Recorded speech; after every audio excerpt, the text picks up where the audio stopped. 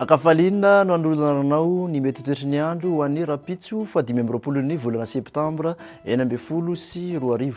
Somary malefaka dia malefaka raha ny fitsokin'ny aly izay saika manerana ny nosy. Araka izany dia somary tsara ny andro afa-tsy amin'iny faritra analanjorofo sy ny faritra Sava izay ahitana orana malefaka, ahitana orana tandrifindrahona ihany koa amin'iny Ambanja sy amin'iny Analalava iny ny Voamaraina, ary raha ny ampovoan-tany kosa dia somary ahitana zavotany.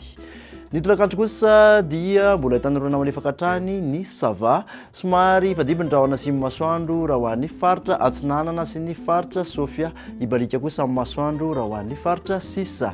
Ny maripana ambandrindra voavinavina dia 7 ho an'ny faritra Vakinakaratra, manodidina ny 12 ka hatramin'ny 12 kosa raha ho an'ny faritra ampovoan-tany, ary mihoatra ny 12 ho an'ny morontsiraka rehetra.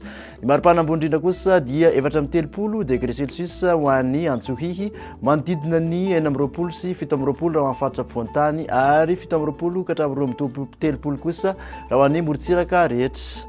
Raha ny toetry ny andro ho an'ireo tanàn-dehibe ivelan'i Madagasikara kosa dia somary ahitana orana tandrifindrahona i Paris, Nairobi ary Bangkok, ibalika kosa amin'ny masoandro raha ho an'ny Johannesburg sy Milan.